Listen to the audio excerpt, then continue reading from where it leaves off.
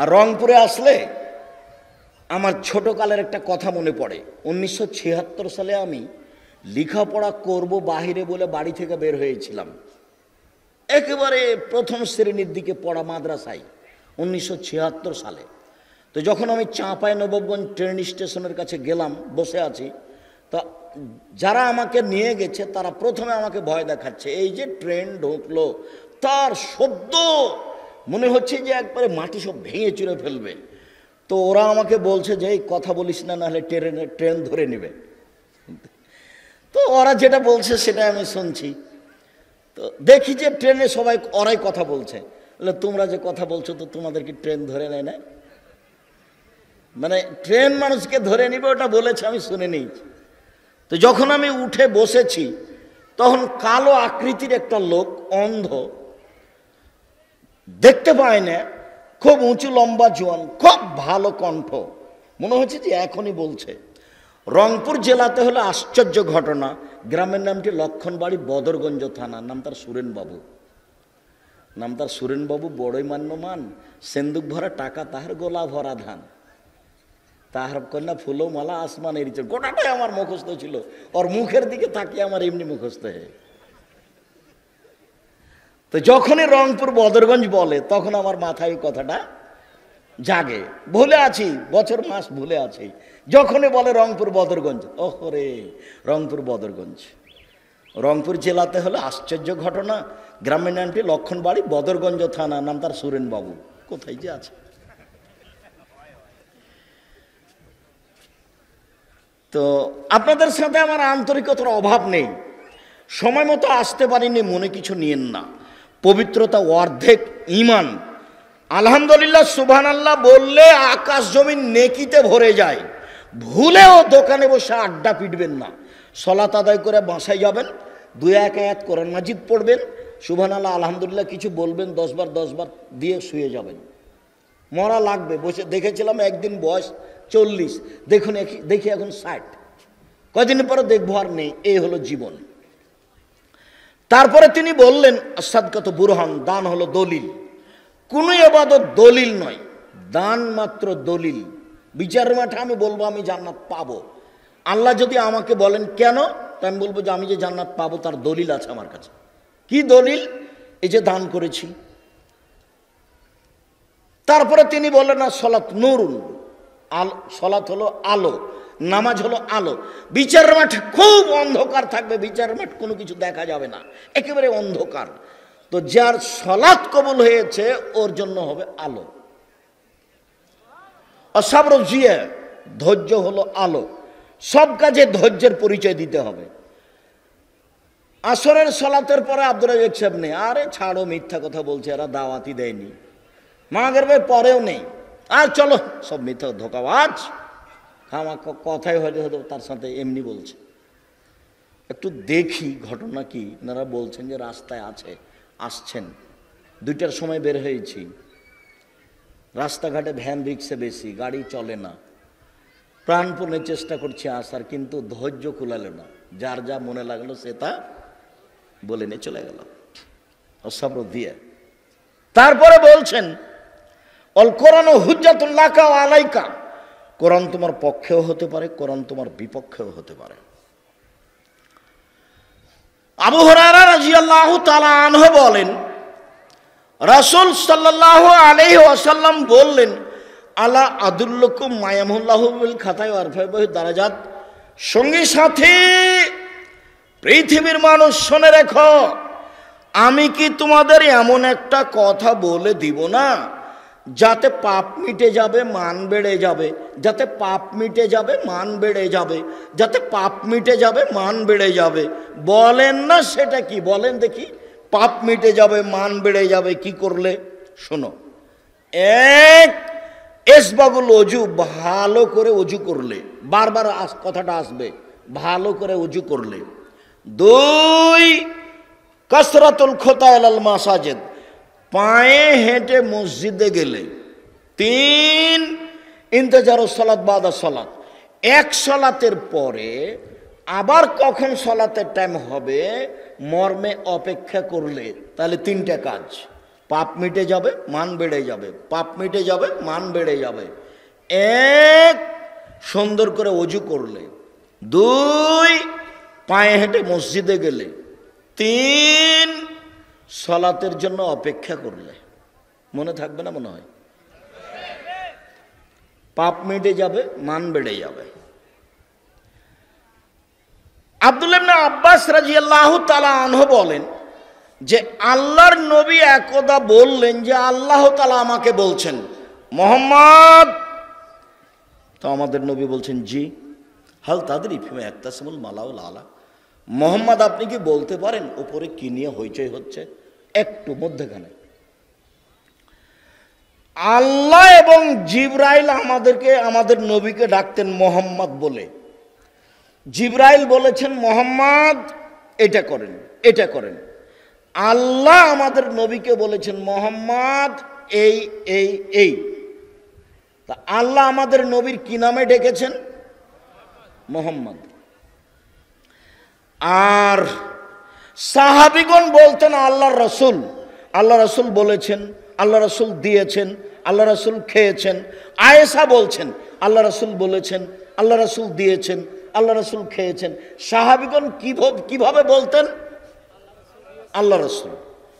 আর ভারত, বাংলাদেশ, পাকিস্তানে আমরা যারা আছি তারা বলছি হুজুর পাক সাল্লাল্লাহু আলাইহি সাল্লাম বলেছেন। হুজুর পাক এ শরীফের মতো হয়ে গেছে। আল্লাহ বলছেন কোরআন মাজিদ আর হুজুর বলছেন কোরআন শরীফ। হুজুর পাক কথা বাতিল, হুজুর পাক নেই। পৃথিবীর সব মানুষ বলবে আল্লাহ রাসূল বলেছেন, রাসূল সাল্লাল্লাহু আলাইহি সাল্লাম বলেছেন, আল্লাহ রাসূল বলেছেন, আল্লাহ রাসূল দিয়েছেন, আল্লাহ রাসূল খেয়েছেন। আল্লাহর রাসূল বলে কথা বলতে হবে। আল্লাহ বলছেন মুহাম্মদ বলতে পারেন উপরে কিনে হইচই হচ্ছে? না, জি হ্যাঁ আমি বলতে পারি। ফিল কাফারাত, উপরে হইচই হচ্ছে ফেরেশতাদের মাঝে। কি করলে পাপ মিটে যাবে, কি করলে পাপ মিটে যাবে, কি করলে পাপ মিটে যাবে, এই নিয়ে হইচই হচ্ছে, এই নিয়ে হইচই হচ্ছে। তো কি করলে পাপ মিটে যাবে বলেন তো দেখি। এবার আল্লাহ রাসূল বলছেন ইসবাগুল ওযু, এক, ভালো করে ওযু করলে। দুই, আলমাসু আল আদামিল আল মাসাজিদ, পায়ে হেঁটে মসজিদে গেলে। তিন, আলমাকসু বাদা সালাওয়াত, সালাতের পরে বসে বসে তাসবিহ তাহলিল করলে। সালাম ফিরার পরে লাফ দিয়ে উঠে গেছে, এটা হবে? সালাম ফিরার পরে লাফ দিয়ে উঠা যাবে না, দুটাই বাতিল।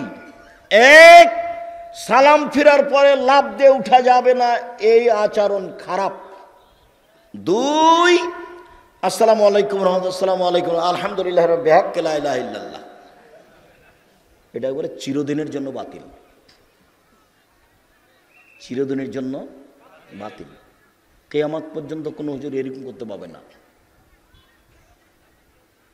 এভাবে হাত তুলতে পাবে না। হাত তুলবে তার ব্যক্তিগত ব্যাপার। 16টা স্থানে হাত তোলার কথা আছে, 35টা হাদিস আছে হাত তোলার। 30 বছর থেকে মানুষের সামনে বই পেশ করে রেখেছি। আজকেও যাওয়ার সময় খোঁজ নেবেন, এটা চলবে না। সালাতের পরে থেমে কিছু তাসবিহ তাহলিল করতে হবে। বলতে পারেন মুহাম্মদ সাল্লাল্লাহু আলাইহি সাল্লাম কিসে পাপ মিটে যাবে? হ্যাঁ বলতে পারি।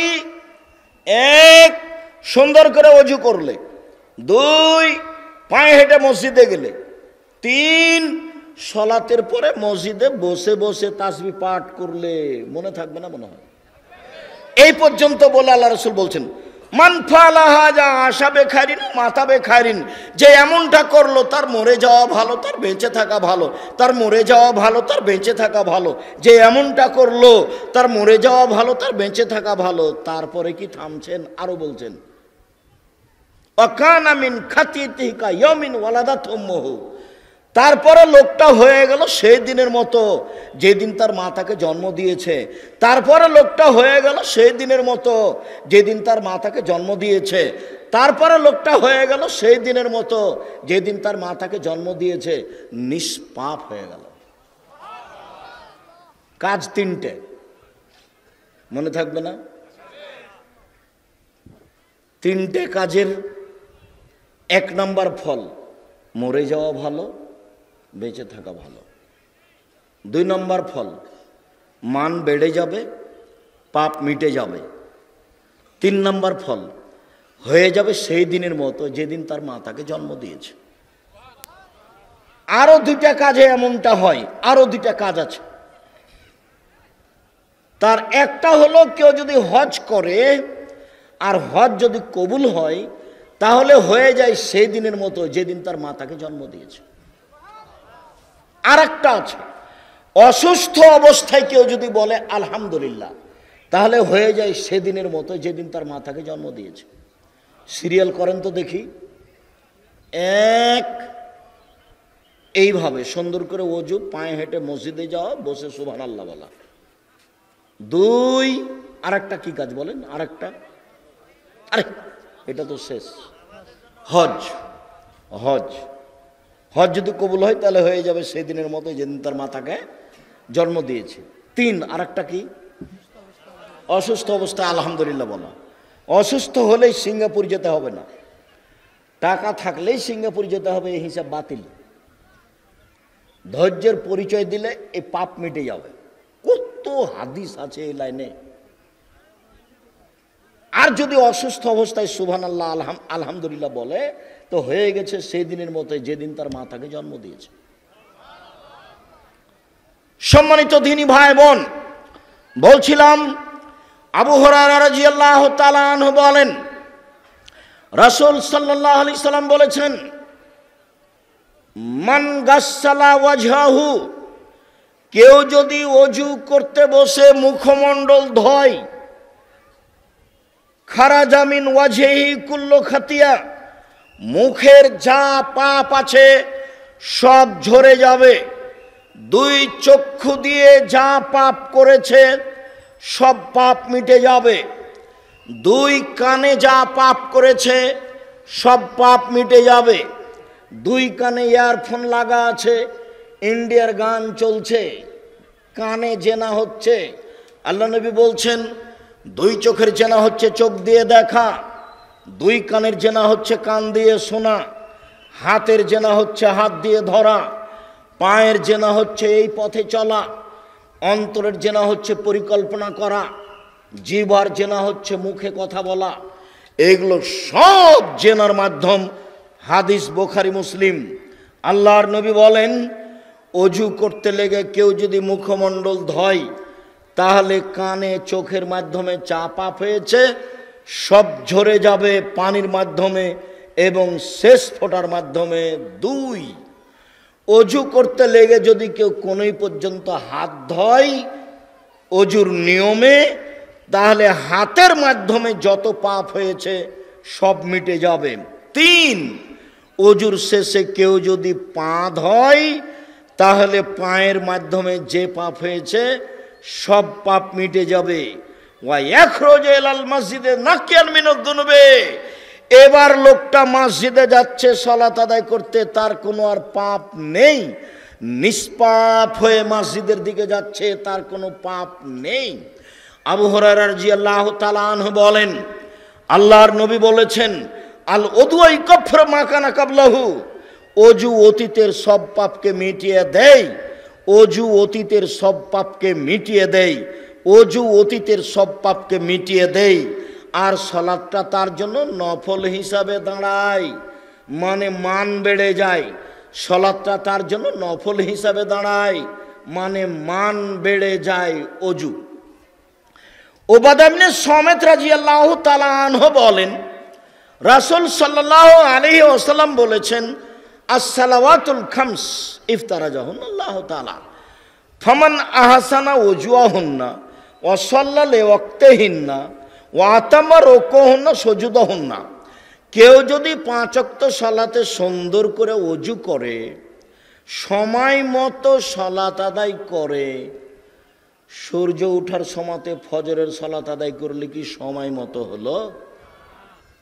সূর্য ডুবার পূর্বে আসরের সালাত আদায় করলে কি সময় মতো হলো? কেউ যদি সুন্দর করে ওযু করে, সময় মতো সালাত আদায় করে, রুকু সিজদা পূর্ণ করে কানা আলাল্লাহি লাহু আহাদুন, আল্লাহর সাথে তার একটা চুক্তি হয়ে যায়, আল্লাহর সাথে তার একটা চুক্তি হয়ে যায়, আল্লাহ তাকে ক্ষমা করবেনি। আবার কথাটা বুঝতে হবে। এই ছেলে, এদিকে লক্ষ্য করো তো আমি কি বলছি। কেউ যদি সুন্দর করে ওযু করে, এক, সময় মতো সালাত আদায় করে, দুই, সুন্দর করে রুকু করে, তিন, সুন্দর করে সিজদা করে, চার, এখন আল্লাহর সাথে একটা চুক্তি হয়েছে। আল্লাহ এখন তাকে বলছে, এই বান্দা শোন, তোর সাথে আমার একটা চুক্তি হয়ে গেল, আমি তোকে জান্নাত দিব, ঘোষণা দিলাম। এবার আল্লাহ রাসূল বলছেন, ফাইনাল ইয়াফাল, এমনটা যদি কেউ না করে, সুন্দর করে ওযু না করে, সুন্দর করে সময় মতো সালাত আদায় না করে, রুকু ভালোভাবে না করে, সিজদা ভালোভাবে না করে, আল্লাহর সাথে তার কোনো চুক্তি নেই। লাম ইয়াকুন আলাইহা আহাদুন, আল্লাহর সাথে তার কোনো চুক্তি নেই, আল্লাহর সাথে তার কোনো চুক্তি নেই। ইনশা আযাবাহু ওয়া ইনশা গাফারা লাহু, চাইলে ক্ষমা করে দিবেন, চাইলে শাস্তি দিয়ে দিবেন, চাইলে ক্ষমা করে দিবেন, চাইলে শাস্তি দিয়ে দিবেন, কোনো চুক্তি নাই। মনে থাকবে না যে মনে হয়। সুন্দর করে ওযু, সময় মতো সালাত, সুন্দর করে রুকু, সুন্দর করে সিজদা। এবার আমার সাথে চুক্তি হয়েছে কার? আল্লাহর। আমাকে উনি কি দিবেন? কিসের চুক্তি হলো? জান্নাত দিবেন। যারা এমনটা করে না তার সাথে চুক্তি হয়নি। আল্লাহ চাইলে এখন কি করবেন? ক্ষমা করে দিবেন, চাইলে শাস্তি দিবেন। বলছিলাম ওযু, খুব খেয়াল করে থাকবেন। ওযু একটি ভিন্ন ধরনের ব্যতিক্রম ইবাদত। ওযু একটি ভিন্ন ধরনের ব্যতিক্রম ইবাদত। রাসূল সাল্লাল্লাহু আলাইহি ওয়াসাল্লাম যা বলেন। উকবা ইবনে আমির রাদিয়াল্লাহু তাআলা আনহু বলেন, আল্লাহর নবী বলেছেন, মান তাওয়াদ্দা ওযুই হাদা, কেউ যদি আমার মতো করে ওযু করে, সুম্মা সাল্লা রাকাতাইনে মুকবিলান আলাইহিমা বিকালবি ওয়াজহিহি, মনে প্রাণে ভয় ভীতি নিয়ে 2 রাকাত সালাত আদায় করে, ওয়াজাবাত লাহুল জান্নাহ, সে জান্নাতে যাবেই। আবু হুরায়রা রাদিয়াল্লাহু তাআলা আনহু বলেন, আল্লাহর নবী বলেছেন, লা তুকবালু সালাতুন বিগাইরি তুহুরিন ওয়ালা সাদাকাতুন মিন গুলুলিন, ওযু ছাড়া সালাত কবুল হবে না, অবৈধ পয়সা দান করলে কবুল হবে না, আত্মসাতের পয়সা দান করলে কবুল হবে না, বিশ্বাসঘাতকতা করে দান করলে কবুল হবে না, দায়িত্ব নিয়ে সরকার থেকে নিচ পর্যন্ত, নিচে থেকে উপর পর্যন্ত বিগত সরকার যা দেখিয়েছে, দেশের উন্নয়নের নামে কোটি কোটি টাকা মানুষ আত্মসাৎ করেছে, মসজিদ মাদ্রাসায় দান করেছে, করছে। এই সব পয়সা আল্লাহর দরবারে কবুল হবে না। বুখারী মুসলিমের হাদিস, ওযু ছাড়া সালাত কবুল হবে না, অবৈধ পয়সার দান কবুল হবে না। বিশ্বাসঘাতক যারা, আত্মসাৎকারী যারা, গাদ্দার যারা, তাদের দান কবুল হবে না। মনে রাখা ভালো হবে, আত্মসাৎ করে থাকে মসজিদের সভাপতি, মাদ্রাসার সভাপতি, স্কুল কলেজের প্রিন্সিপাল, বিশ্ববিদ্যালয়ের vice chancellor, chairman, member, MP, মন্ত্রী, যারা রাস্তাঘাট তৈরি করব বলে কন্ট্রাক্ট নিয়ে থাকে, যারা বড় বড় ব্যবসায়ী মালিকের অধীনে ব্যবসা করে, সেলসম্যান হিসাবে থাকে, আত্মসাৎ এরাই করে। এদের মাধ্যমে আত্মসাৎ হয়ে থাকে। একটা বাক্য আত্মসাতের আসলো, তাই আর একটা বাক্য বলে রাখছি, মনে রাখবেন। এই ছেলে, কিছুক্ষণ অপেক্ষা করবেন, দাঁড়িয়ে আমাকে কাজ দেখাবেন না। আমি আপনার চেয়ে বেশি ক্লান্ত আছি, আমি আপনার চেয়ে অনেক বেশি ক্লান্ত আছি। আমি এমনিতেই গতকাল আমি দুবাই থেকে ঢাকায় নেমে জুমার খুতবা দিয়েছি। জুমার খুতবা দিয়ে কোথায় প্রোগ্রাম ছিল, প্রোগ্রাম করেছি। প্রোগ্রাম করে রাতে রাতে প্রতিষ্ঠানে গেছি রাজশাহী। সকালে ক্লাস নিয়েছি, বাসায় এসে অফিসে ঢুকে আরও কত কি কাজ ছিল সেগুলো করেছি। তারপরে গোসল করে সলাত আদায় করে সামনে একটু খেয়ে গাড়িতে উঠেছি। এখন পর্যন্ত আমি আসতেই আছি। আপনি হেঁটে বেড়াবেন সেটা আমি দেখব? আপনার মতো নোংরা লোককে আমি দেখতে চাই না। জাতির যদি রাস্তাঘাট করে দিতে না পারি, জাতির যদি স্কুল কলেজ করে দিতে না পারি, জাতিকে চূড়ান্ত সঠিক ধর্ম দিতে পারবো ইনশাআল্লাহ। ধর্মের ব্যাপারে জাতিকে ফাঁকি দিনি। 32 বছরে 34 বছরে কোনোদিন কেসা কাহিনী বলিনি। 90 সাল থেকে না আজ পর্যন্ত কোনোদিন মাঝহাব নিয়ে কথা বলিনি। পুরো জীবন চ্যালেঞ্জ করলাম, একদিন নয়, 1 ঘন্টা নয়, একটা বাক্য মাঝহাব নিয়ে কোনোদিন বলিনি। ওই পাতায় পড়ি না, পাতাটা ছিঁড়ে দিয়েছি। যারা পড়ছে তারাই পড়ুক, যারা মানুষের বদনাম করছে তারাই করুক, আল্লাহ তাদের হেদায়েত দান করুক। যারা মানুষের পিছনে লেগে আছে তারাই লেগে থাক, আল্লাহ তাদের হেদায়েত দান করুক। ফেসবুকে কারোর পিছনে কিছু বলা প্রয়োজন মনে করি না, কাউকে বলিও না যে একে কিছু বলেন, ও যদি আমাকে ধুয়ে ছেড়ে দেয় আমি মুখ খুলব না।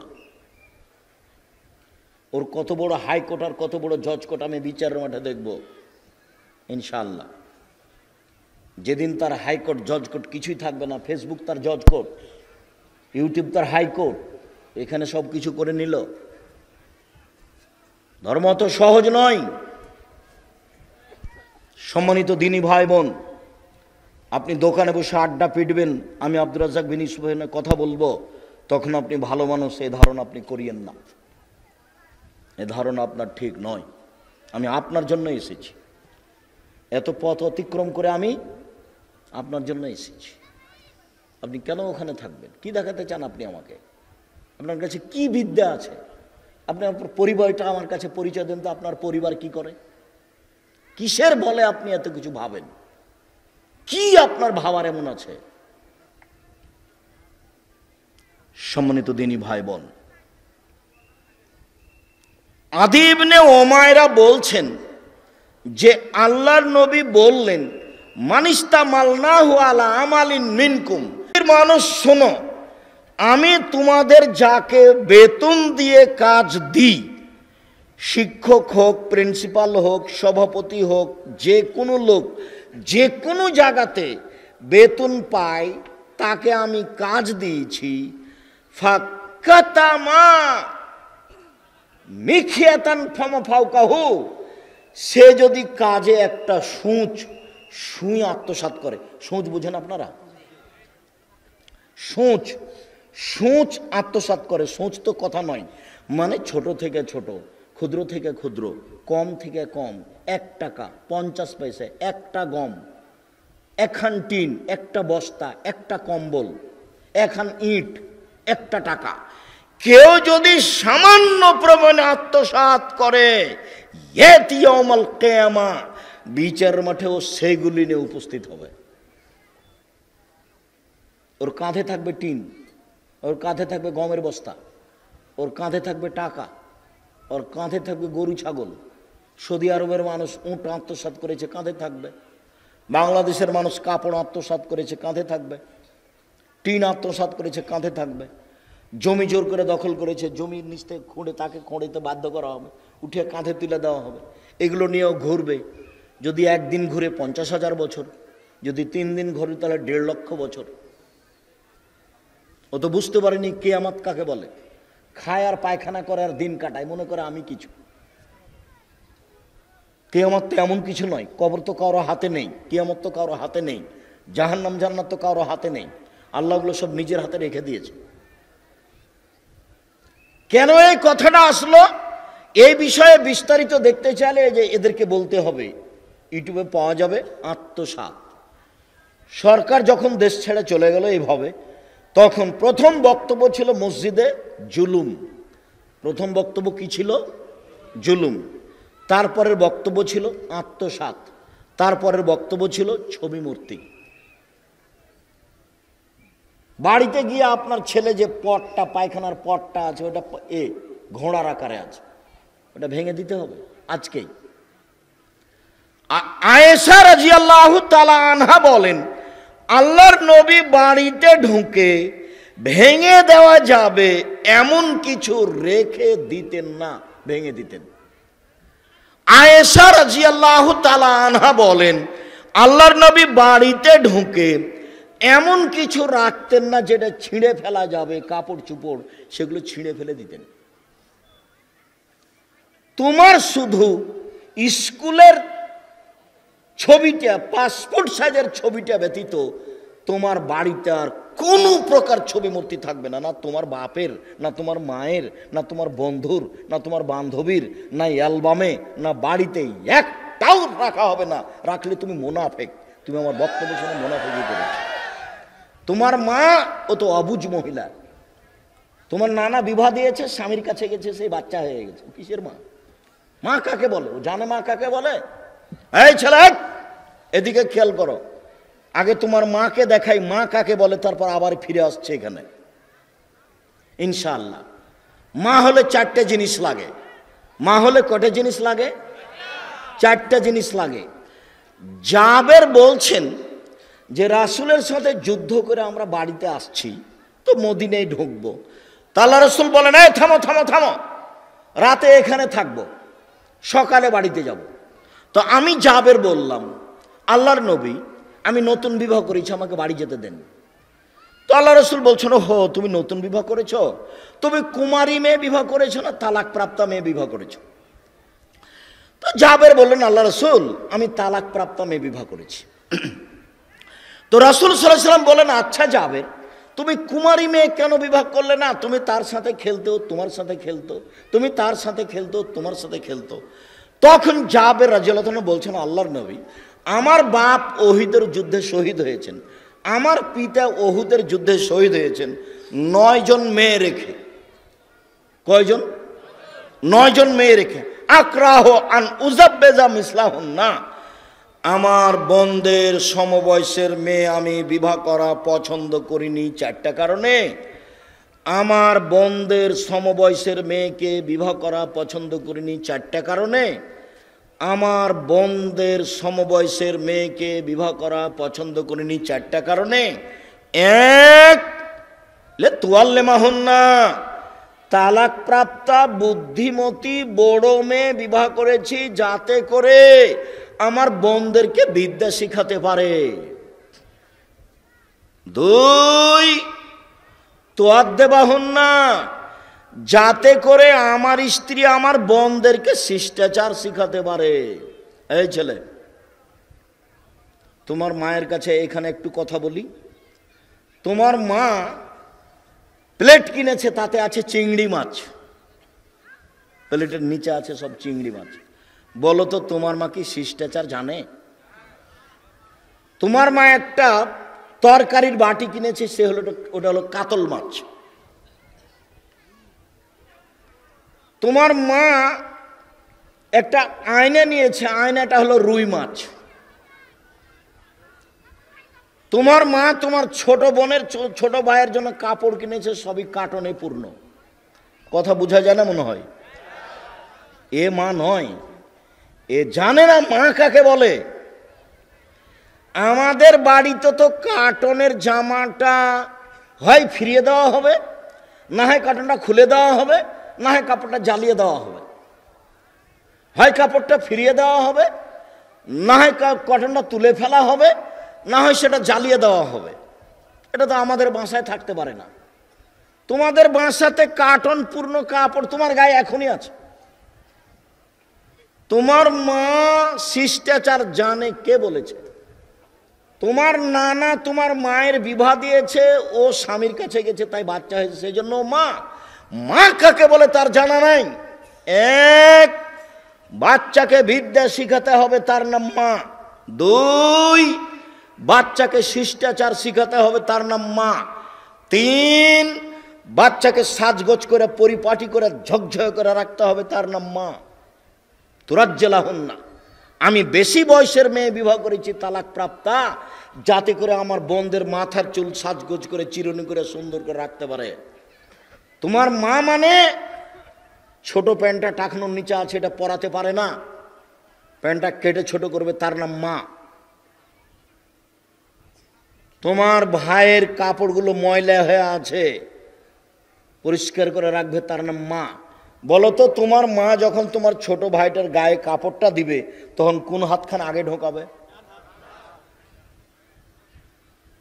শিষ্টাচার পরিপাটি করে রাখবে আমার বোনদেরকে। চার, তাকুমা আলাইহিন্না, আমার স্ত্রী যেন আমার বোনদেরকে পাহারা দিতে পারে, সেই জন্য তালাক প্রাপ্তা বেশি বয়সের মহিলা বিবাহ করেছি। হাদিস তো বুখারী মুসলিম।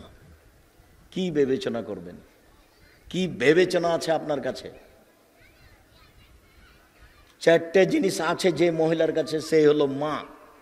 আর যদি এরকম না থাকে তো মা না হলো হস্তিনী মা। ও হলো হস্তিনী মা। ও সংসার ধুয়ে ছেড়ে দিবে, হয় মানুষকে বিলিয়ে দিবে, না হলে বন্ধু বান্ধবকে দিয়ে দিবে, আর না হলে ভাই ভাতিজারাকে দিয়ে দিবে। সংসার কন্ট্রোল করতে পারবে না, ও হলো হস্তিনী মা।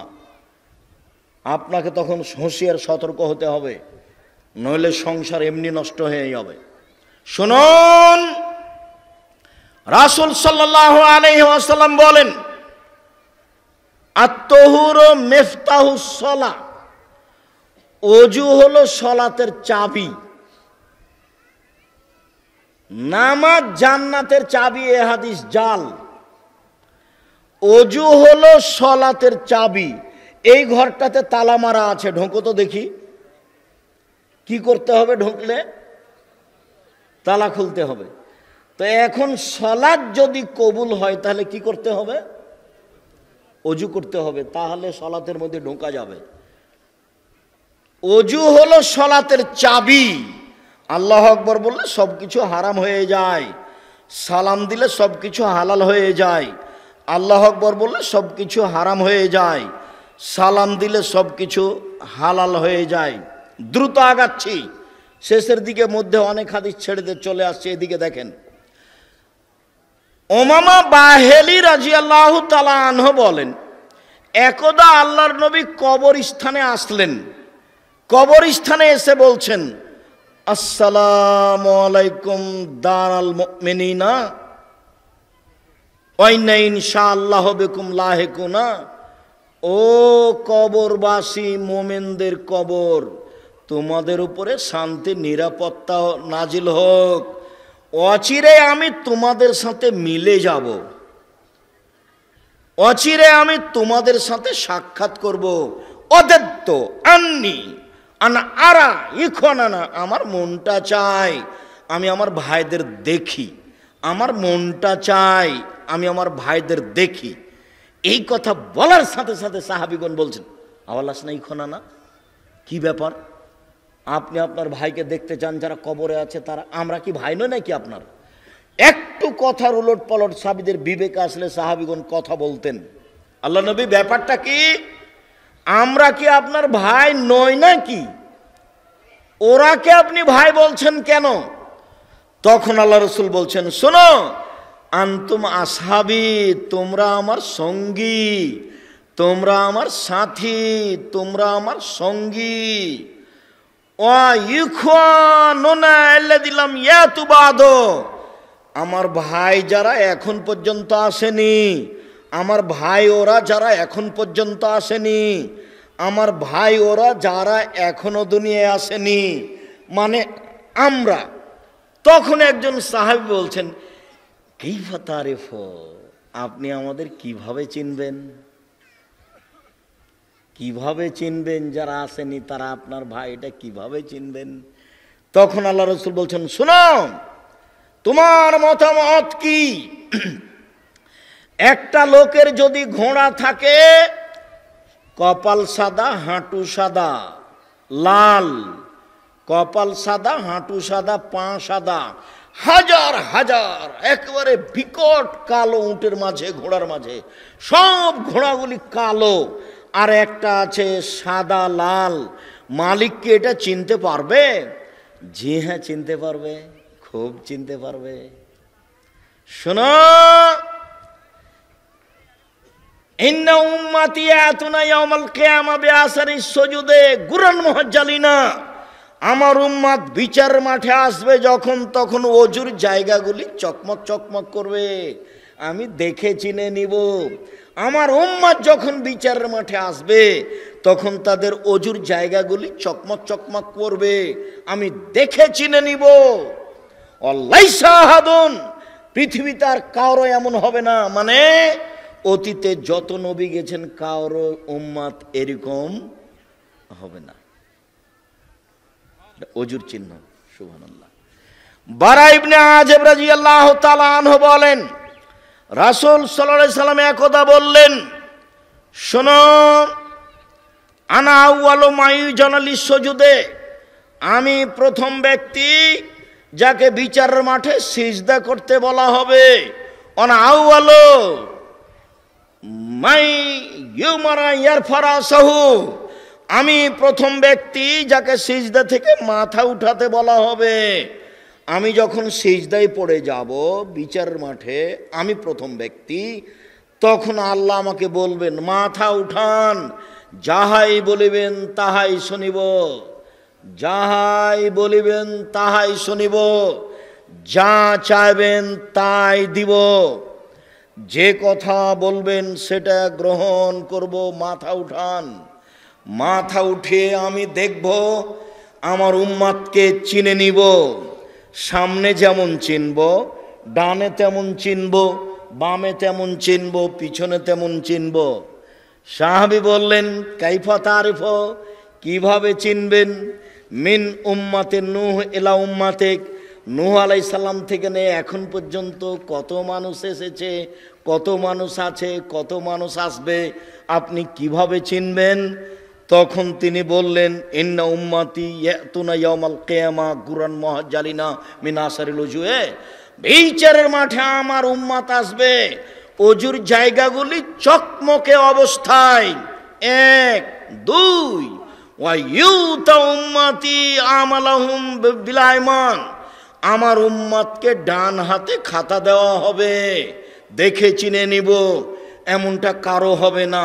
তিন, তাসা বাইনাহুম যুরিয়াতুহুম, আমার উম্মতের যারা ছোট ছোট ছেলে মেয়ে মারা গেছে, বাপের মায়ের সামনে তারা ছুটাছুটি করবে, এইটা দেখে চিনে নিব এগুলি আমার উম্মত।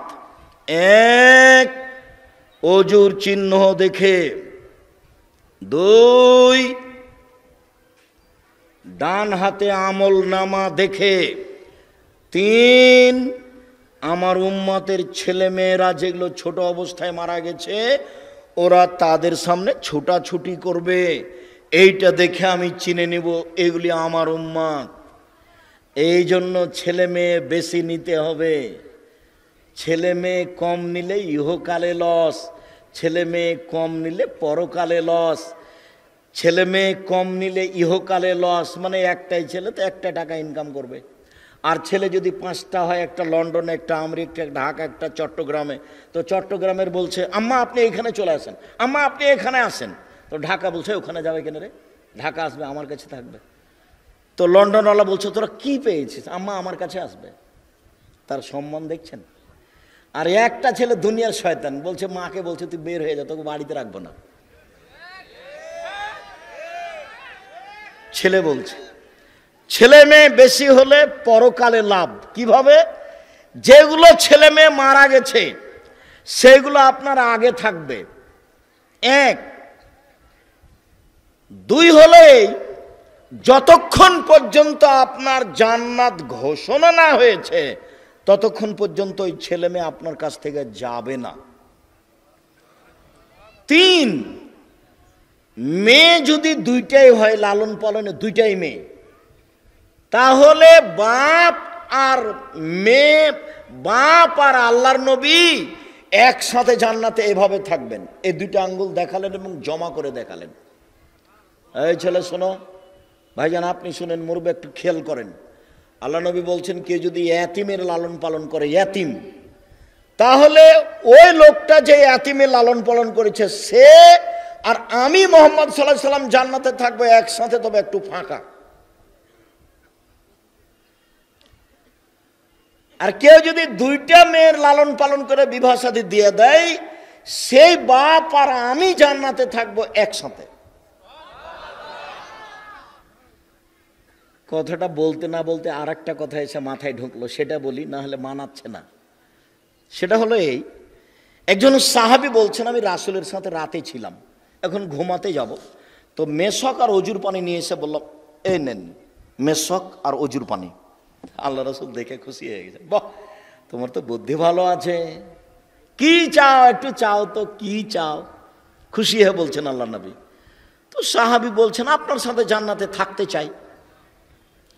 তখন আল্লাহ রাসূল বলছেন না না না না, এটা নয়, এটা নয়, এটা নয়, অন্য কিছু বলো, অন্য কিছু বলো। তখন সাহাবী বলছেন ওইটাই চাই, জান্নাতে আপনার সাথে থাকতে চাই।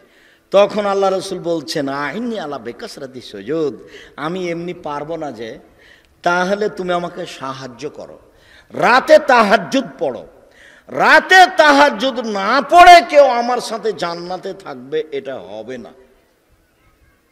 অথচ এখানে আল্লাহ নবী বলছেন কেউ যদি দুইটা মেয়ের লালন পালন করে সেই বাপ আর আমি জান্নাতে এভাবে থাকবো,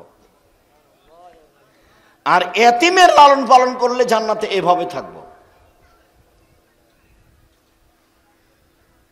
জান্নাতে থাকার একটা পথ, দুইটা মেয়ে। এবার মেয়ের কথাটা এখানে শেষ করি। আল্লাহ নবী বলছেন কেউ যদি তিনটা মেয়ে লালন পালন করে, শিষ্টাচার শিখিয়ে দেয়, বিদ্যা শিখিয়ে দেয়, তাহলে বিচারের মাঠে ওইদিকে থাকবে জাহান্নাম আর এইদিকে থাকবে বাপ, আর মেয়ে তিনটা হবে কুন্নাল্লাহু সিতরান মিনান নার, জাহান্নামে না যাওয়ার জন্য অন্তরাল, মধ্যে থাকবে তিনটা মেয়ে। ওদিকে কি আছে? জাহান্নাম। আর এদিকে কি আছে? পিতে। আর মধ্যে আছে তিনটা মেয়ে। তার আগে ফায়সালা হোক যে আমার বাপ জান্নাতে যাবে, তারপরে সরব, তাছাড়া নয়। এর নাম মেয়ে। একটা মেয়ে হয়েছে তো মনটা একটু খারাপ, দুইটা মেয়ে হয়েছে তো মায়েরও মন খারাপ, নানিরও খারাপ, চাচিরও খারাপ, সবারই, ফুপুরাও খারাপ। দাদি বলছে কি করবি, কি করবি, একটা ডিপিএস খোল, একটা কি করবি, কেমন করে বিবাহ দিবি, ডিপিএস খোল একটা, দাদি বলছে। আর তিনটে যদি হয় তখন বলছে বউ তালাক দিতে হবে। তোমারই তো স্বভাব খারাপ, তুমি তো আল্লাহকে কিছু বলো না, তোমার তো হিসাব নাই, তোমার বউ এতে কি দায়ী হলো? হ্যাঁ, এ কি মগের মূল্য? এগুলো কি কারো ব্যক্তিগত ব্যাপার? তুমি তোমার বউয়ের উপরে মন খারাপ করো কেন? তিনটা মেয়ে যদি কেউ লালন পালন করে, মনে রেখো ভুলে যায়ও না ভাইজান, আপনি ভুলবেন না। এ দেখেন তিনটা মেয়ে লালন পালন হলে এরকম হবে। ওইদিকে আছে জাহান্নাম, এদিকে আছে তার পিতা, মধ্যে আছে তিনটা মেয়ে। 10টা ছেলেকে মাস্টার ডিগ্রি পাস করিয়ে সর্বোচ্চ বিদ্যান করে দিলে আপনার 1 পয়সা লাভের কথা আল্লাহ নবী বলেননি। তো পড়াবেন কেন? জন্ম দিয়েছেন এই জন্য। জন্ম দিলে নাম রাখতে হবে কেন? জন্ম দিয়েছেন এই জন্য। 7 দিনের দিন আকিকা দিবেন কেন? জন্ম দিয়েছেন এই জন্য। খাতনা দিবেন কেন? মুসলমানি খাতনা বুঝেন আপনারা? খাতনা দিবেন কেন? জন্ম দিয়েছেন এই জন্য। পড়াবেন কেন? জন্ম দিয়েছেন এই জন্য। ওটা আল্লাহ রাসূল চাপিয়ে দিয়েছে আপনার উপরে, এগুলো সব আপনাকে করতে হবে। 14 দিনে আকিকা দেওয়া যায় না, 21 দিনে আকিকা দেওয়া যায় না, জীবনে একদিন দেওয়া যায় না, এগুলোর সাথে কোনো সম্পর্ক নাই। 7 দিনের দিনই দিতে হবে আকিকা। ছাগল আধা মরা হোক না হয় কান কাটা হোক, খালি জানটা থাকলেই হবে। আর যখন কুরবানি তখন তরু তাজা, শিং আছে কি না, দাঁত আছে কি না, মোটা তাজা কি না, দেখতে সুন্দর কি না, ওটাই ছিল নেকির ব্যাপার। এটা হলো যে বাপের জিম্মেদারি, ওটা ছিল নেকির ব্যাপার। টাকা থাকলে করবে, আর এটা টাকা না থাকলে যদি ভিক্ষা করে খায় তবুও করতে হবে।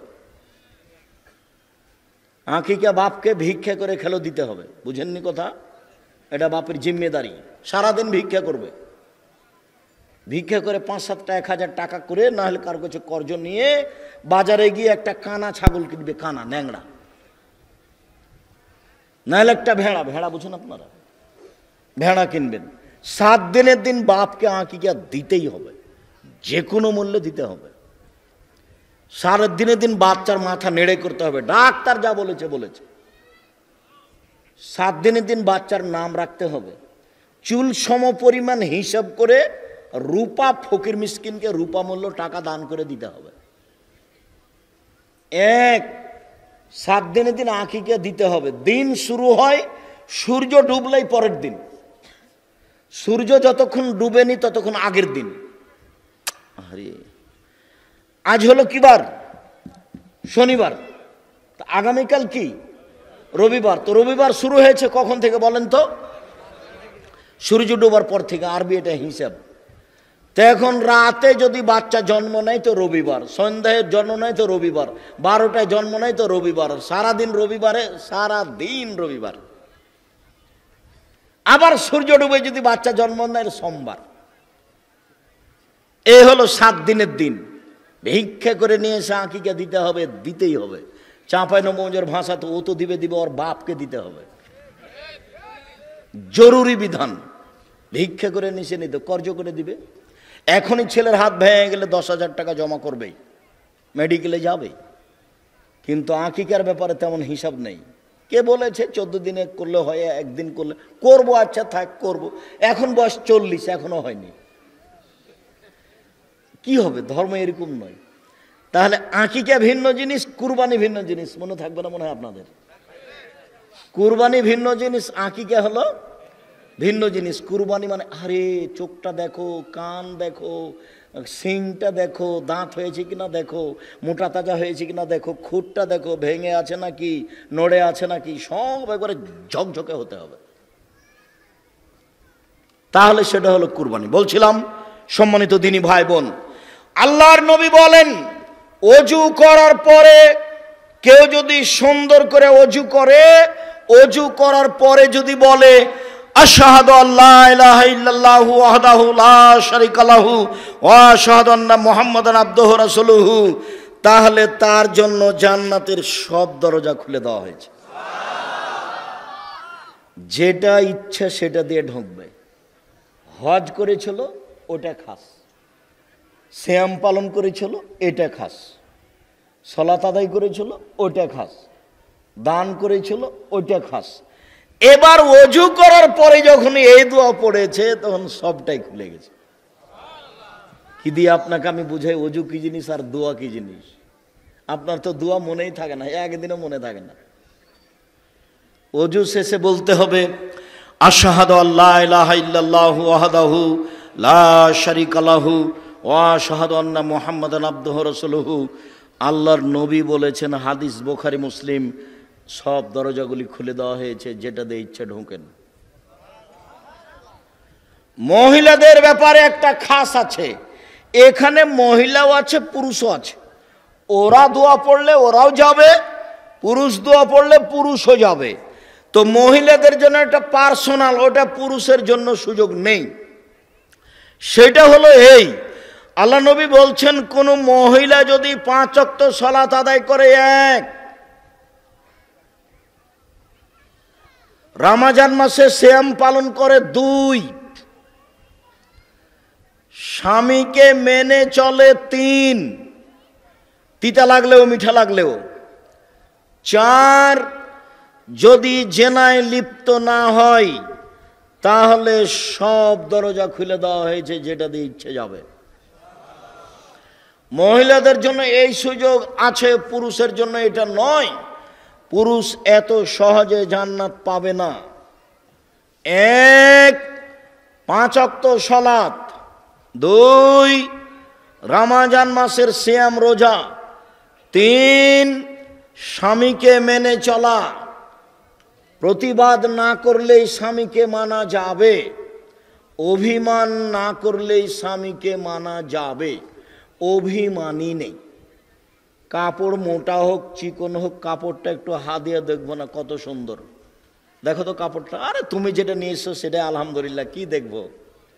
তোমার ভালো আমার ভালো, চিকন অহংকার মোটা হোক তাতে আসে যায় না। তো শয়তান কি এখন ঢুকতে পাবে? হাত দিয়েই দেখবো না। তোমার পছন্দ আমার পছন্দ, আমি তোমাকে দিয়ে দেখি। তুমি যেটা আমার জন্য আনো সেটা আমি আগে কার চোখ দিয়ে দেখি? তোমার চোখ দিয়ে দেখি। আমি আমার চোখে দেখে আপত্তি আনতে রাজি নই। লবণ ভাতে আমার যথেষ্ট। সারাদিন কাজ করবেন দিনমজুর হিসাবে, বিকেলে এসে টাকা দিবেন, আমি ওটা নিয়ে হিসাব করে খাবো। 1 কেজি বেগুন কিনবো, 4টা রান্না করবো, 1টা রেখে দেবো।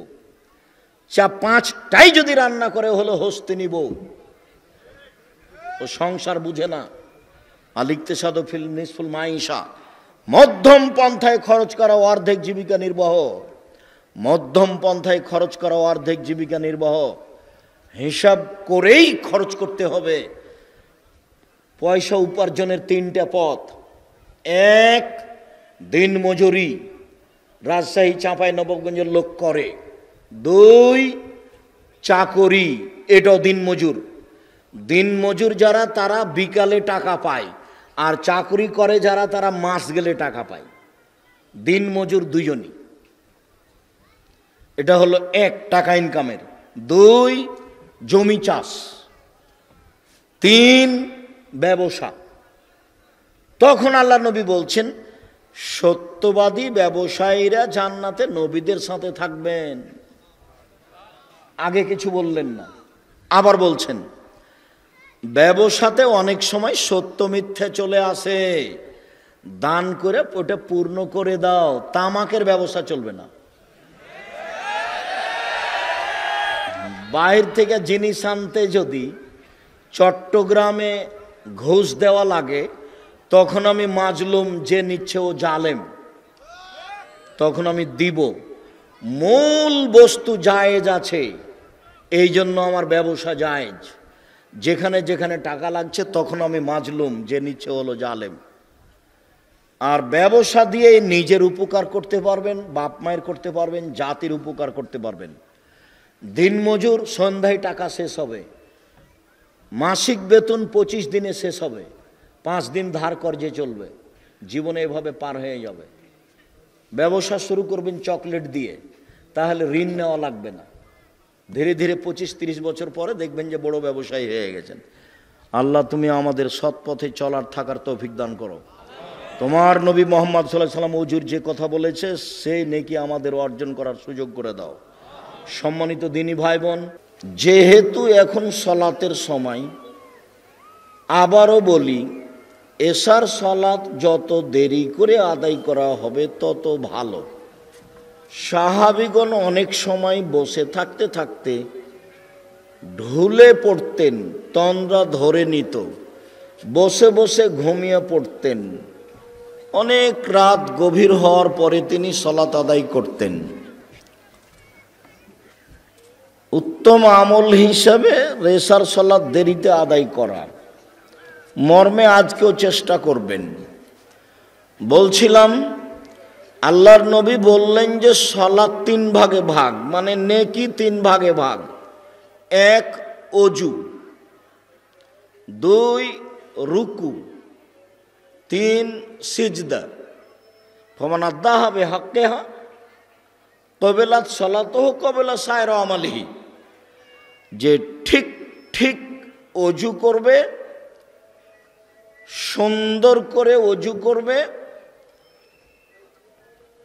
ভালো করে রুকু করবে, ভালো করে সিজদা করবে, ক্বাবালাত সালাতুহু, তার সালাত কবুল করা হবে। ও সায়রা আমালিহি, সব আমল কবুল করা হবে। হজ করেছে কবুল হবে, রোজা সিয়াম থেকেছে কবুল হবে, দান করেছে কবুল হবে। ফাইন রুদ্দাত আলাইহি সালাতুহু, আর যদি সালাত ঠিকমতো আদায় না করে, ওর নিয়ম কানুন অনুযায়ী না করে, মানে অজু ভালো হয়নি, রুকু ভালো হয়নি, সিজদা ভালো হয়নি, তাহলে রুদ্দাত আলাইহি সালাতুহু, সালাত তার উপরে প্রত্যাখ্যান করা হবে, মানে সালাত কবুল হলো না। অমান রুদ্দা আলাইহি সালাতুহু রুদ্দা আলাইহি সাইরে আমালিহি, যার সালাত হলো না তার আর কোনো ইবাদত কবুল হবে না। সালাত এমন একটি ইবাদত যার উপরে নির্ভর করে অন্য অন্য ইবাদত।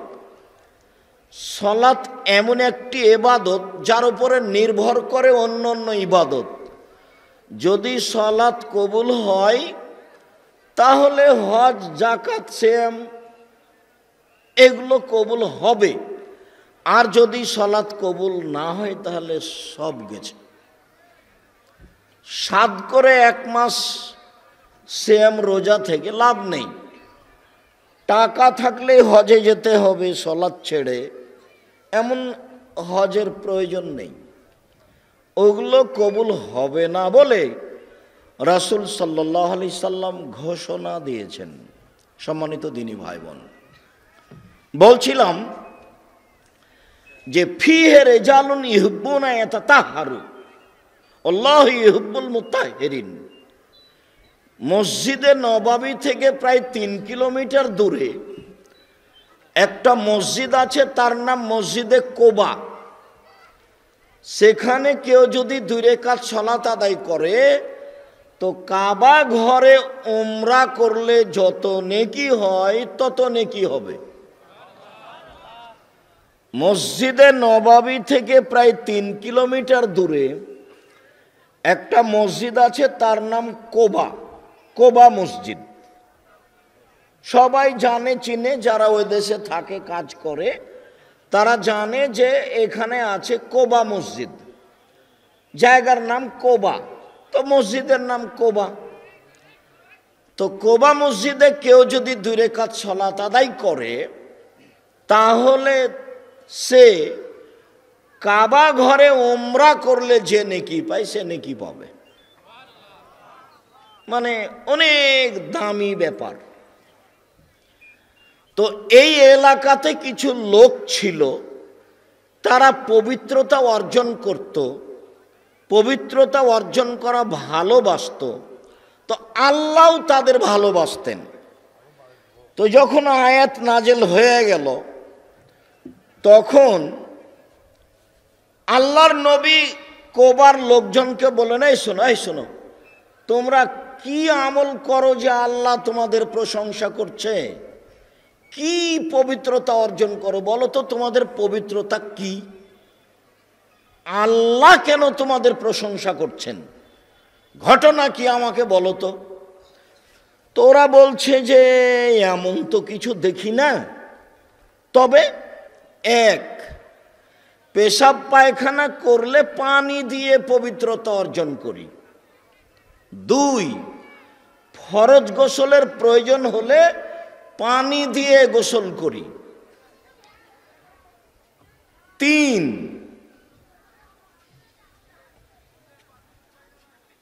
অজু করে সালাত আদায় করি, তায়াম্মুম করি না সহজে।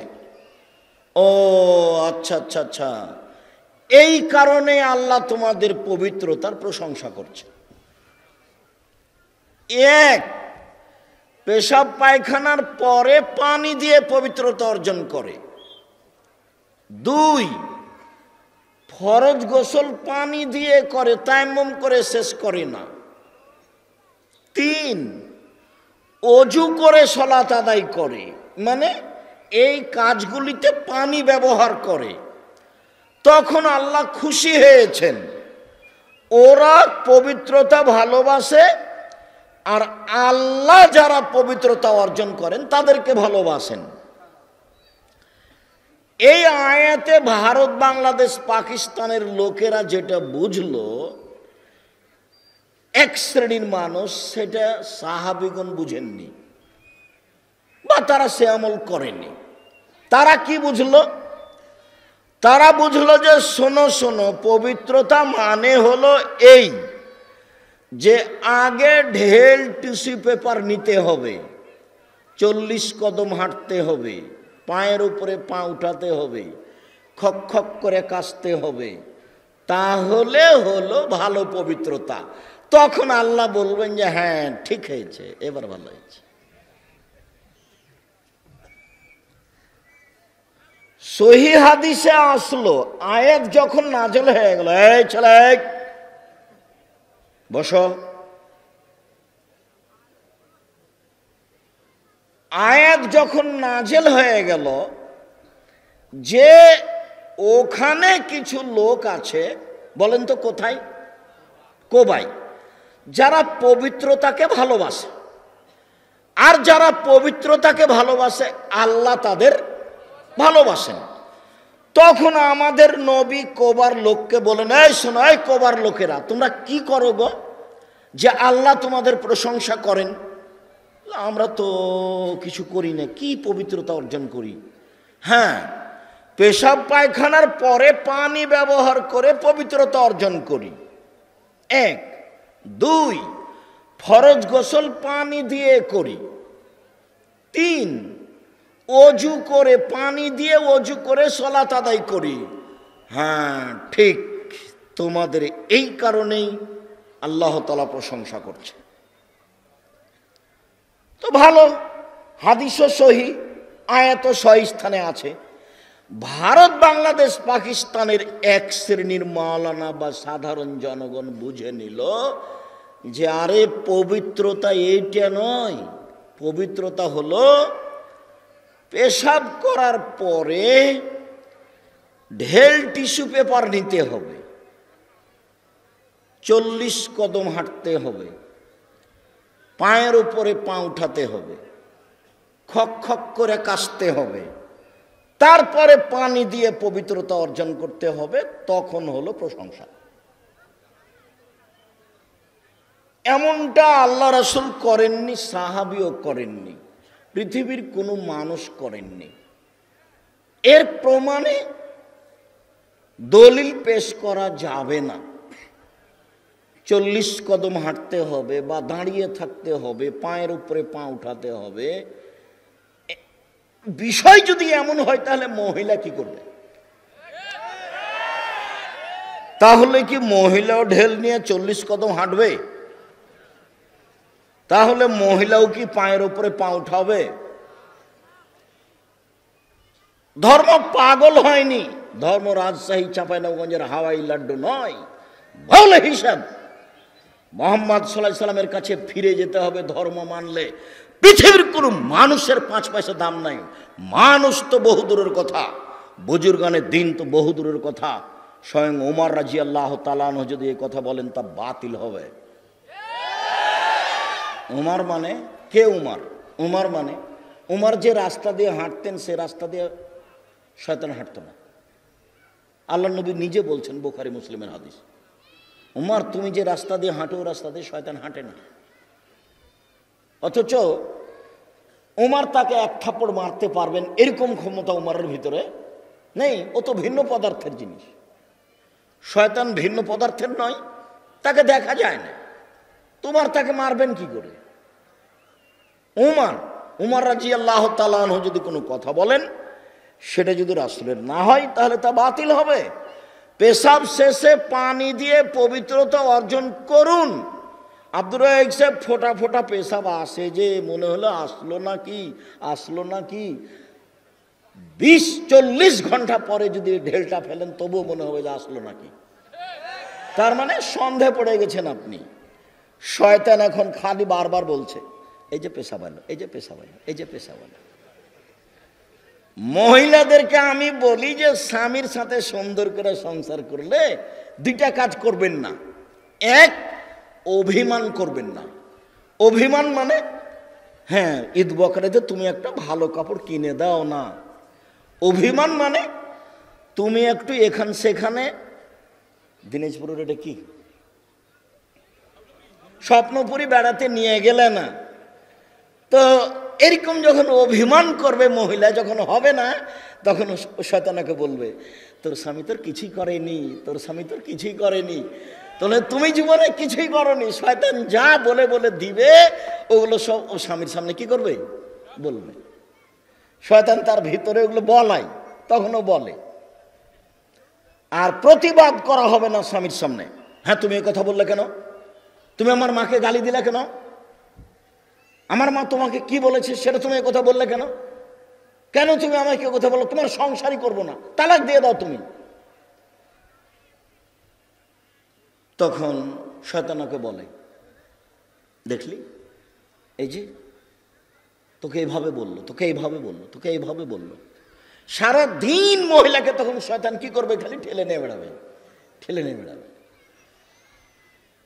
তখনও প্রতিবাদ করতেই থাকবে, দিয়ে দেখা যাবে একটু পরে, তখন বা 1 ঘন্টা পরে বা 2 দিন পরে স্বামী বলবে, যা যা তালাক, তালাক, তোকে 100 তালাক দিলাম, তোকে 1000 তালাক দিলাম, যা। এগুলো শয়তানে করায়। এগুলো কে করায়? শয়তানে করায়। কত জায়গাতে যে কোরআন মাজিদে আল্লাহ বলছেন যে অন্যায়কে শয়তান ন্যায় করে দেখায়, খারাপকে শয়তান ভালো করে দেখায়। এটাই কাজ শয়তানের।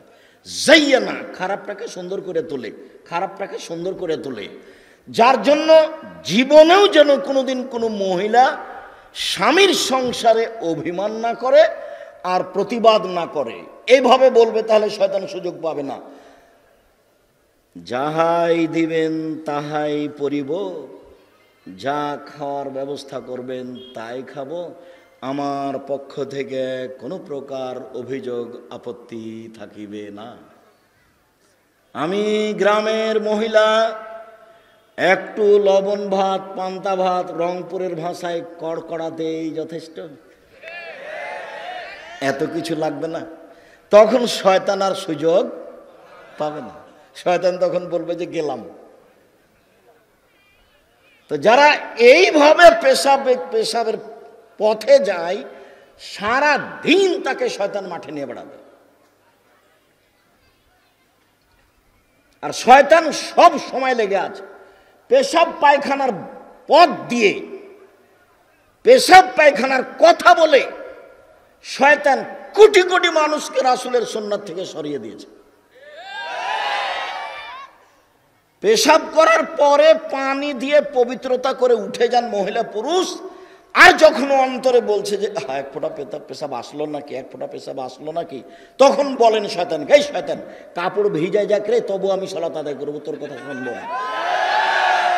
যা, আমার কাপড় ভিজায় যাক পেশাবে, তোর কথা আমি মানবো না, আমি সালাত আদায় করব। যা, দেখবেন কিছুক্ষণ পরে আর নেই। আর যেমন বলবেন কি যে হলো, কি যে হলো, এবার যতক্ষণ পর্যন্ত আপনি আবার ওযু না করছেন ততক্ষণ পর্যন্ত আপনাকে আর এখানে আসতে দেবে না। মধ্যখানে একটা কথা বলি, এত কেন তার পেঁচাল? আল্লাহ যখন তাকে বললেন, ইবলিস আদমকে মেনে নে, তখন বলল এটা হবে না, ও হলো আগুনের তৈরি, মাটির তৈরি, আমি হলাম আগুনের তৈরি, আমি এটা তাকে মানতে পারি না।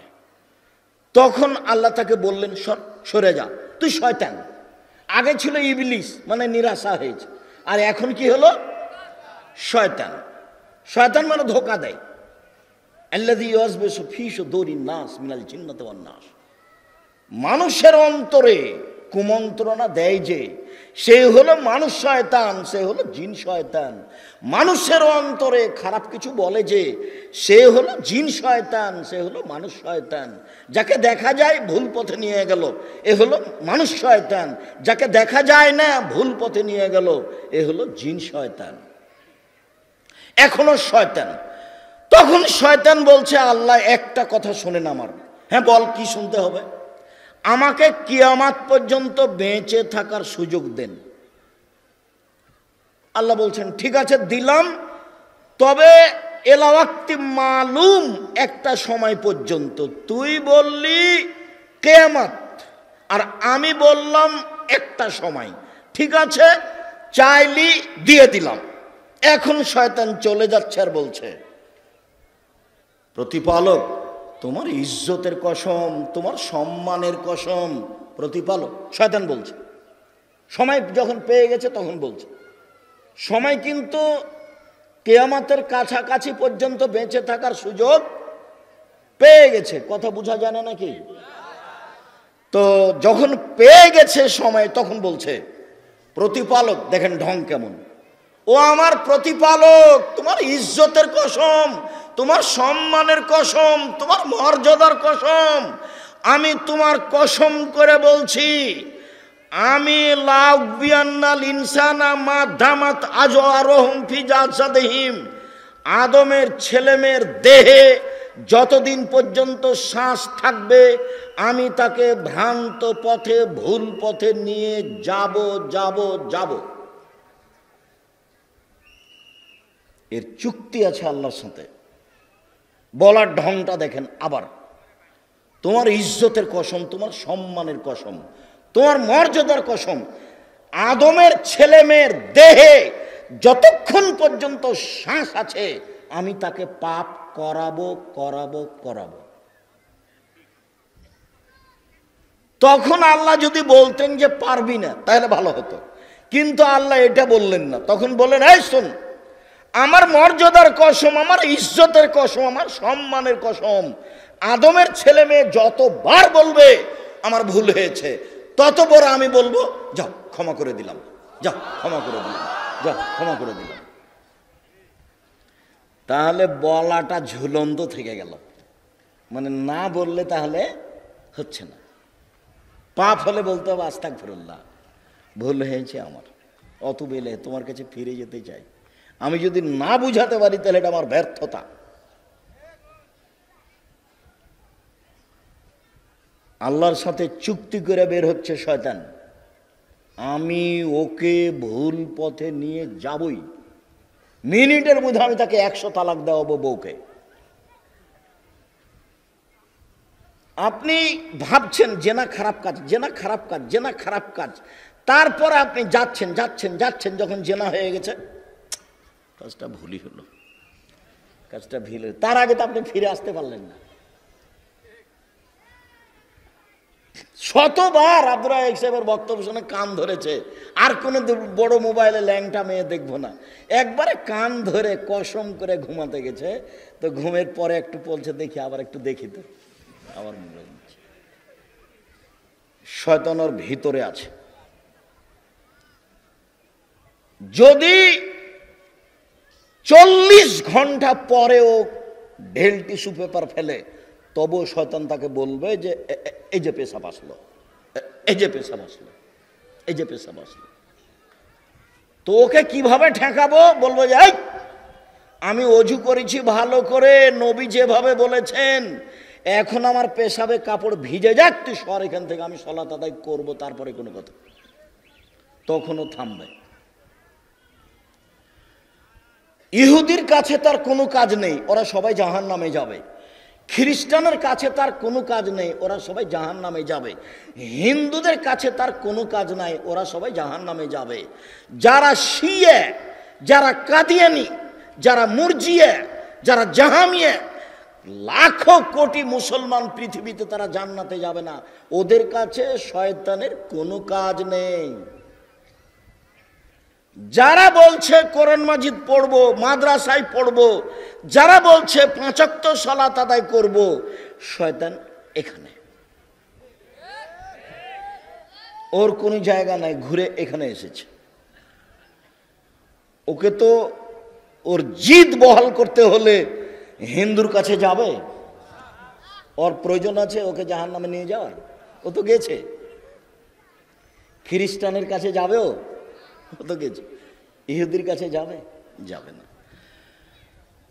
আবু মালিক আশআরী রাদিয়াল্লাহু তাআলা আনহু, এই ছেলেরা, এই যারা তোমরা একটু চলাচল করছো, দেখো তো, এই যে 2-1 জন হাঁটছো, যে মোটরসাইকেলটা স্টার্ট দিয়ে তুমি যাই, তুমি একটু দেখো না, তোমার চোখে একটু আসে না?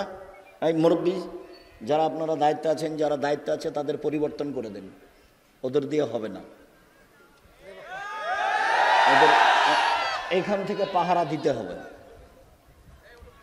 এখান থেকে পাহারা দিতে হবে। সম্মানিত দ্বীনী ভাই বোন, আবু মালিক আশআরী রাদিয়াল্লাহু তাআলা আনহু বলেন, আত-তাহুরু শাতরুল ঈমান, পবিত্রতা অর্ধেক ঈমান। এই ছেলে, এদিকে খেয়াল করো, পবিত্রতা অর্ধেক ঈমান, ওযু অর্ধেক ঈমান, পবিত্রতা অর্ধেক ঈমান। তোমার গায়ের কাপড়টা ময়লা হয়ে আছে, তোমার কাছে পবিত্রতা নেই। তোমার মা তোমার ছোট ভাইয়ের ছোট বোনের কাপড়গুলো পরিষ্কার করে দেয় না, তোমার মা উপযুক্ত মা নয়, ও পবিত্রতা বুঝে না। অজু হলো অর্ধেক ইমান। তো সালাত, সিয়াম, যাকাত, কোরআন তেলাওয়াত, তাসবিহ, তাহলিল, দান সব মিলে হলো অর্ধেক, আর অজু হলো অর্ধেক। তাহলে কি সাধারণ জিনিস হলো? দুনিয়াতে যত ইবাদত আছে সব একদিকে থাকলো অর্ধেকে, আর অজু থাকলো অর্ধেকে। হাদিস বুখারী মুসলিম। তারপরে বলছেন সুবহানাল্লাহি ওয়া আলহামদুলিল্লাহি ইয়ামলাআনে মা বাইনাস সামাওয়াতি ওয়াল আরজ। মানুষ যদি মুখে সুবহানাল্লাহ আলহামদুলিল্লাহ বলে, তাহলে আকাশ জমিনের মধ্যে যে ফাঁকাটা আছে নেকিতে পূর্ণ হয়ে যাবে। আল্লাহ দিবেন, তার রহমতের অভাব নেই। যার কারণে দোকানে বসে আড্ডা পিটা হবে না, দোকানে বসে কারো বদনাম গীবাত করা হবে না। আপনি এশার সালাত আদায় করে মাথায় টুপি দিয়ে দোকানে বসে আর একজনের বদনাম করেন, আর ওইদিকে টিভিতে ল্যাংটা মেয়ে নাচে, এটা আপনার কেমনে শোভা পায়? এটা আপনার কি করে হতে পারে? আপনি একজন ভালো মানুষ, নিজেকে বলুন তো দেখি আমি ভালো মানুষ।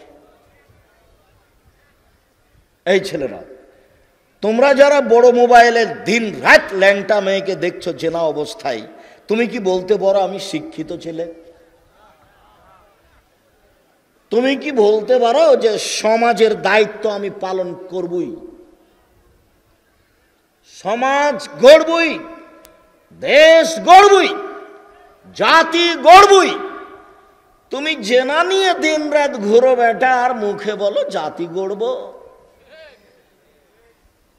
দেশ গড়ব, ফাইজলামি করো, অত সহজ?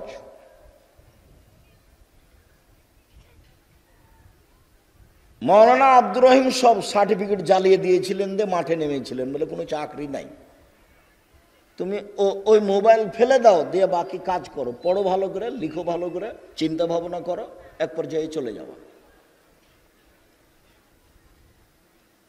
আর ছোট্ট তোমাকে নমুনা দিই, ছোট্ট নমুনা, যে পারবা তার ছোট্ট নমুনা আমাকে দিয়েই বলি। তুমি রিং করে যখন বলো, আপনি যখন আমাকে রিং দিয়ে বলেন, আব্দুর রাজ্জাক সাহেব আমি রংপুর বদরগঞ্জ থেকে বলছি, আমি এই আমি আপনার কিছু উপকার করতে পারি, নাম্বারটা সেভ করে রাখেন। কিন্তু আমি যে সেভ করতে পারি না, আমি শুধু রিং হলে অন করতে পারি, এর চেয়ে বেশি করতে পারি না।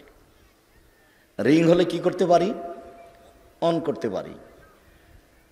তো আমি তো দেখছি এই মোবাইল দিয়ে বাংলাদেশে বিশাল বিশাল প্রতিষ্ঠান পরিচালনা করি আমি, বিশাল বিশাল। যেটা আপনাদের বাড়ির পাশে আছে দিনাজপুরে তেঘরায়, ওটা 20 বিঘা জমির উপরে, 20 বিঘা জমির উপরে দেখেছেন। আর যেটার রূপগঞ্জ নারায়ণগঞ্জে আছে সেটা প্রায় 100 বিঘা জমির উপরে, প্রায়। যেটা রাজশাহীতে আছে, সামনে বৃহস্পতিবার শুক্রবার সম্মেলন রাজশাহীতে, ওর বক্তৃতা দিতে আসছেন মদিনা বিশ্ববিদ্যালয় থেকে 5 জন। আর দেশের যারা বড় বড় বিদ্বান আছে তারা আছেনি। আর বিষয় হলো মুহাম্মদ সাল্লাল্লাহু আলাইহি সাল্লামের জীবনী, পুরো জীবনী তুলে ধরা হবে। এক একটা অংশ এক একজন বলবেন, কেউ কাউকে উঠাতেও পাবে না, নামাতেও পাবে না, কারো প্রশংসা নাই, কারো বদনামও নেই। যার যতটুকু বিষয় দেওয়া আছে সে জাতির সামনে আগে লিখে পাঠিয়েছে, সেটা জাতির সামনে বলে চলে যাবে। ভিন্ন ধরনের বক্তব্যের মাঠ হলো সালাফি কনফারেন্স। রাজশাহীতে একটা মেয়েদের প্রতিষ্ঠান গড়ছে, জায়গা নেওয়া হয়েছে, ওরা লিখে দিয়েছে, তাতে জায়গা হলো 60 বিঘা, 33 শতকের বিঘায়। আপাতত ছাত্রছাত্রী প্রায় 5000, শিক্ষক শিক্ষিকা প্রায় 300 জন, যার প্রতি মাসে বেতন লাগে 32 লক্ষ। আর যোগাযোগের মাধ্যম হলো এই মোবাইল। দেশ বিদেশে তো যাই, স্বাভাবিকভাবেই যাই, আলহামদুলিল্লাহ। মোবাইল হলো এটাই।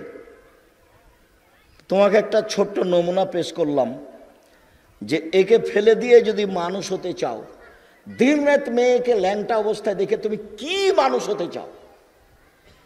তুমি তো একটা পশু প্রাণীর মতো। বুঝে না ওরা অন্তর আছে, বুঝে না, দেখেও দেখে না ওরা, চক্ষু আছে দেখে না, শুনেও শুনে না ওরা, কান আছে শুনে না, ওরা পশু প্রাণীর মতো, ওরা গরু ছাগলের মতো, ওরা কুকুর শ্রীগালের মতো, বরং তার চেয়ে খারাপ। এই কথা আল্লাহ বলছে। তুমি কি করতে পারো জাতির? দিন রাত অন্যায় করে। মুরব্বী, আপনি কি করতে পারেন দিন রাত সিগারেট খেয়ে, জর্দা খেয়ে, তামাক খেয়ে? কি করতে পারেন? এই তো আপনার কর্ম। আর এই ছেলে, তোমাদের দাবি হলো যে কবরের উপরে ফুল চাপিয়ে বলছে যে কবরকে সিক্ত করলো। কবরে যে আছে তাকে পিটিয়ে একাকার করে দিল কিনা সেটা তার হুঁশ নাই। ও কবরে ফুল দিয়ে কি করলো? কবরকে সিক্ত করলো। যে একেবারেই যে বোকামি! এ কোন ধরনের কথা? স্কুলে সিমেন্ট মাটির খাম্বা তৈরি করে বলছে এটা শহীদ মিনার। ইয়ে আবার কেমন কথা? হেডমাস্টার সাহেব, এটা কি? আপনি আমাকে কি দেখাতে চাচ্ছেন? 90 সাল থেকে আছে হেডমাস্টার সাহেব মাঠে, 90 সাল থেকে।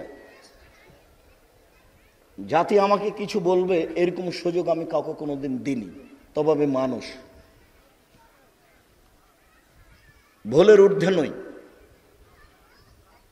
তবে আমি কাউকে সুযোগ দিইনি। আপনি আসেন, সপরিবারে আসেন।